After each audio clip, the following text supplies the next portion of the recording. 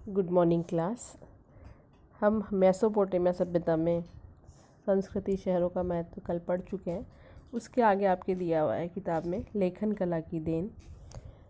हम बहुत सारी कहानियों में जो सुन रहे हैं, इसमें दी हुई जो है उसके अंदर बताया गया है कि मौखिक वर्णन किस प्रकार का है और कैसे उस मौखिक वर्णन से उन कहानियों को जीवित रखा गया है।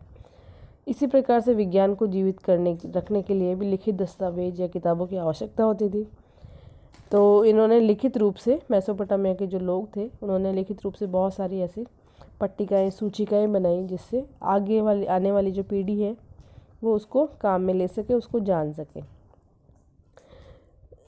तो मेसोपोटामिया की दुनिया की सबसे बड़ी देन थी उस काल की गणना करना और गणित और विद्वत्तापूर्ण परंपरा, यानी कि काल गणना करना और गणित को सिखाना। ये दो कार्य मेसोपोटामिया के द्वारा किया गया सभ्यता में।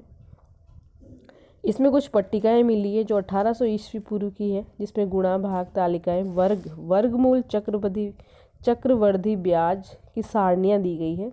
इसमें 2 का वर्गमूल बताया गया है।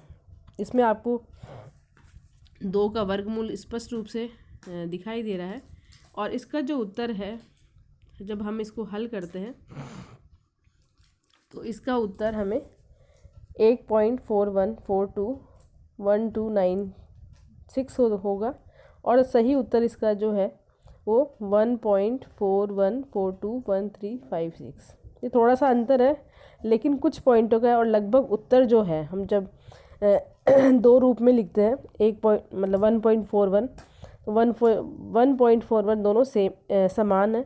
उस समय विद्यार्थियों के लिए सवाल हल करने के लिए दिए जाते हैं। उन्हें खेत का क्षेत्रफल कितना है, कितने अंगुल गहरे पानी में डूबा है, कितना आयतन हो सकता है पानी का, ऐसे कार्य छात्रों से करवाए जाते थे। तो गणित का जो कार्य है, काल गणना, जो समय की गणना है, ये मेसोपोटामिया के लोगों को सिखाई जाती थी और इसकी पट्टिकाओं से हमें जानकारी प्राप्त होती है।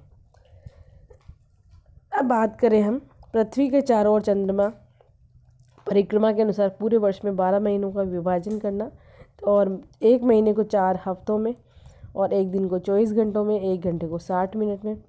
ये जो हम रोज़मर्रा की ज़िंदगी में हम देखते हैं कि ये पूरा जो कालक्रम है वो मेसोपोटामिया के लोगों के द्वारा ही हमें प्राप्त हुआ है। ये जो विभाजन है सिकंदर के उत्तराधिकारियों ने अपनाया, फिर वहाँ से रोम और इसके बाद इस्लाम ने पूरी दुनिया और मध्य युगीन यूरोप तक वो समय जो गणना है वो पहुंची। इसी प्रकार से सूर्य ग्रहण और चंद्र ग्रहण, इनके बारे में, वर्ष, मास, दिन के बारे में कैसे घटित होते हैं, रात में आकाश में तारे और तारामंडल की स्थिति कैसे होती है, इसका जो पूरा उल्लेख है वो भी हमें मेसोपोटामिया के द्वारा प्राप्त होता है।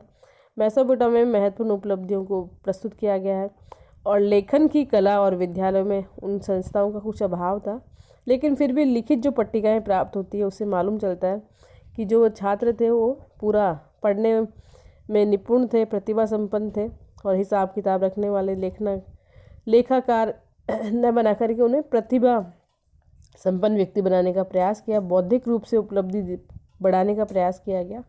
तो हम सोचें कि अगर मेसोपोटामिया सभ्यता के जो लोग हैं वो आधुनिक तरीक़ों से परिचित नहीं थे, ऐसा नहीं है, वो आधुनिक तरीक़ों से भी परिचित थे। और 2 प्रकार के प्रारंभिक प्रयत्नों को अगर हम देखें, यानी लेखन कला और गणित, और जो पट्टिकाएँ, सूचिकाएँ जो हमें प्राप्त हुई है और जो काव्य हमें मिले हैं, उसके आधार पर हम कह सकते हैं कि यहाँ पर लेखन कला का कार्य महत्वपूर्ण था और उस परंपरा को सुरक्षित रखने का प्रयास भी किया गया।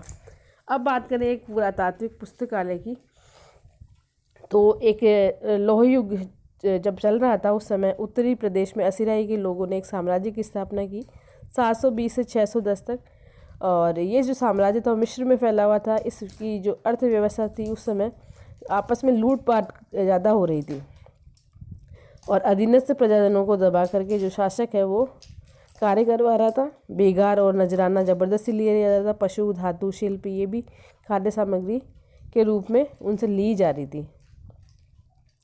बड़े बड़े असीरियाई जो शासक थे वो बाहर से आकर बसे थे। दक्षिण क्षेत्र का जो बेबीलोनिया जो क्षेत्र है, जो मेसोपोटामिया का ही भाग है, वह उच्च संस्कृति का केंद्र उसको बताया गया है। तो वहाँ पर एक अंतिम राजा था असुर बनीपाल, उसने एक उत्तर में उसकी जो राजधानी थी निन्वे, वहाँ एक पुस्तकालय की स्थापना की, उस पुस्तकालय में इतिहास, महाकाव्य, शकुन साहित्य, ज्योतिष विद्या, स्तुतियों, कविताओं, पट्टिकाओं को इकट्ठा करने का उसने बहुत सारा सफल कार्य किया।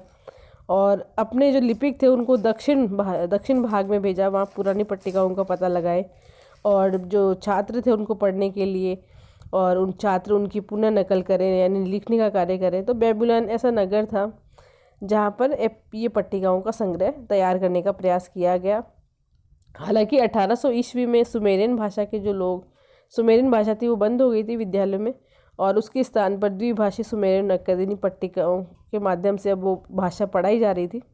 650 से लेकर के 2000 तक पुरानी कीलाक्षर अक्षरों में लिखी गई पट्टिकाएँ पढ़ी और समझी जा सकती थी। तो असुरबनीपाल आदमी जो राजशासक था, अंतिम अशीराई शासक, उसने प्रयास किया था अपनी भाषा को फैलाने का इस पुस्तकालय के द्वारा। अब ले लो।